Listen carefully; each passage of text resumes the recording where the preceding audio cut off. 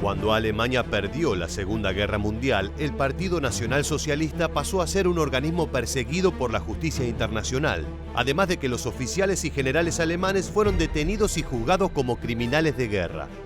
Si bien la mayoría de las figuras principales que acompañaron a Adolf Hitler en su cruzada para eliminar a todas las razas que él creía inferiores fueron ajusticiadas en Nuremberg, otros debieron enfrentarse a tribunales de los aliados que se establecieron en países ocupados como Italia o Francia. Entre ellos destacan tres personalidades que fueron fundamentales para el funcionamiento de las Fuerzas Armadas nazis: Gotthard Heinrici, Hermann Hoth y Albert Kesselring. Cada uno de estos hombres representó a su manera un engranaje necesario para el avance de la implacable maquinaria mortal que fue la Alemania nazi, especialmente al mando de grandes contingentes de la Wehrmacht y la Luftwaffe. Acompáñanos en un nuevo episodio de Historia Militar para conocer el destino de estos siniestros personajes tras la caída del nazismo. Comenzaremos hablando de una de las figuras más polémicas dentro del ejército alemán. Gotthard Heinrici fue uno de los estrategas más apreciados por Adolf Hitler y en su rol como general de la Wehrmacht conquistó una enorme cantidad de victorias tanto en el frente oriental como en el occidental. Sus propios hombres lo apodaban el enano rabioso debido a su pequeña estatura que contrastaba con su implacable tenacidad a la hora de destruir a sus enemigos. Las tácticas de Heinrici normalmente destacaban por utilizar los recursos que tenía a disposición de una manera extremadamente óptima y eficiente para derrumbar las defensas que se oponían a su paso. Gotthard fue uno de los protagonistas del comienzo de la Segunda Guerra Mundial, cuando en 1940 participó en los Blitzkriegs de Francia. También fue uno de los pocos generales que no resultó humillado en los intentos de invasión contra la Unión Soviética. En muchos casos, las fuerzas de Heinrici se vieron superadas por batallones del Ejército Rojo 10 veces más grandes, y aún así el general nazi se las ingenió para defender sus líneas. Fue en esta época, durante 1941, donde desarrolló un movimiento propio que implicaba retirar sus líneas de artilleros mientras la artillería enemiga avanzaba, para antes de que la infantería soviética alcanzara a sus hombres, volver a desplegar los cañones y morteros. Esta táctica sorprendió más de una vez a grandes contingentes del Ejército Rojo, además de que le permitió a Heinrici y sus hombres resistir lo suficiente para escapar del duro contragolpe que lanzaron los soldados de Stalin tras romper el cerco de Stalingrado. Pese a su eficacia, Heinrici no siempre fue fiel al Führer.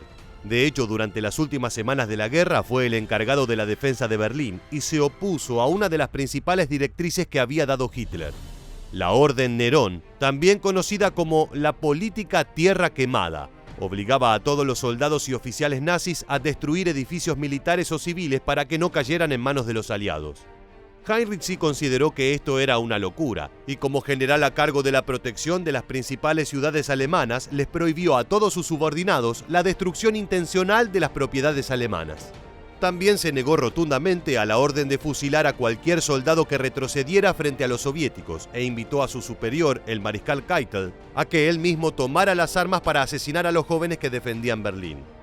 Todo indica que, a diferencia de la cúpula nacionalsocialista, Heinrici veía un futuro más allá de esa guerra en particular.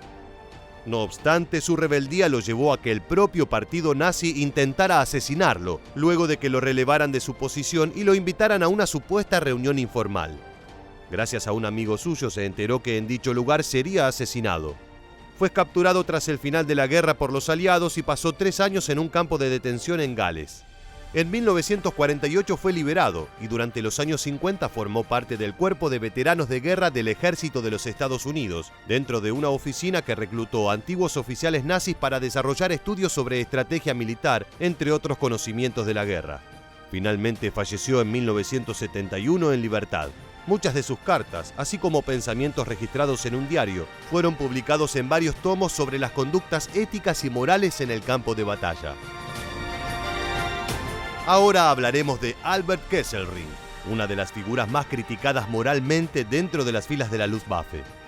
Como mariscal de campo dirigió a la Fuerza Aérea Alemana en todas las campañas más importantes de la Segunda Guerra Mundial, pero no solo es recordado por sus triunfos, sino aún más por los terribles bombardeos contra civiles, mujeres y niños que ordenó.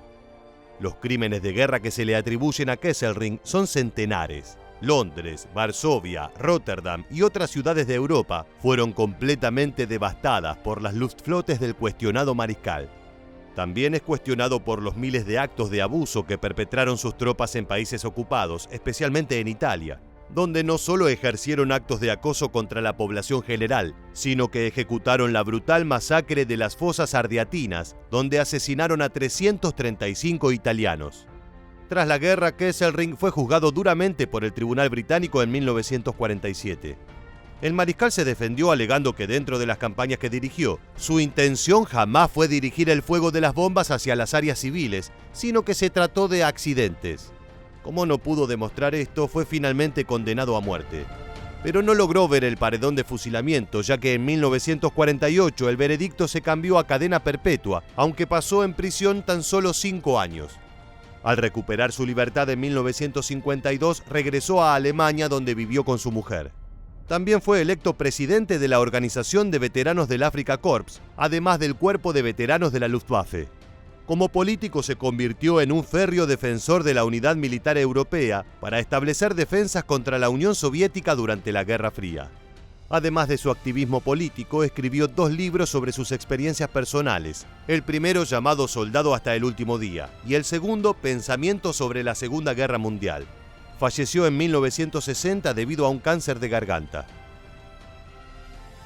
Finalmente es el turno de Hermann Hoth, uno de los grandes líderes de las divisiones Panzer que aterrorizaron a Europa y permitieron la rápida expansión de la Alemania de Hitler.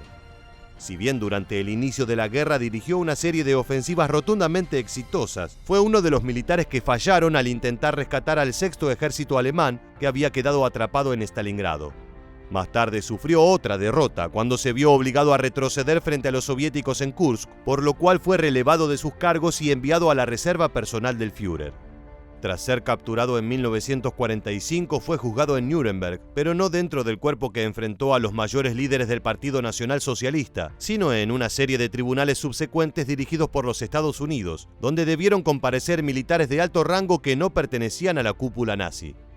En el último de estos juicios fueron condenados 13 generales, entre ellos Hermann Hoth.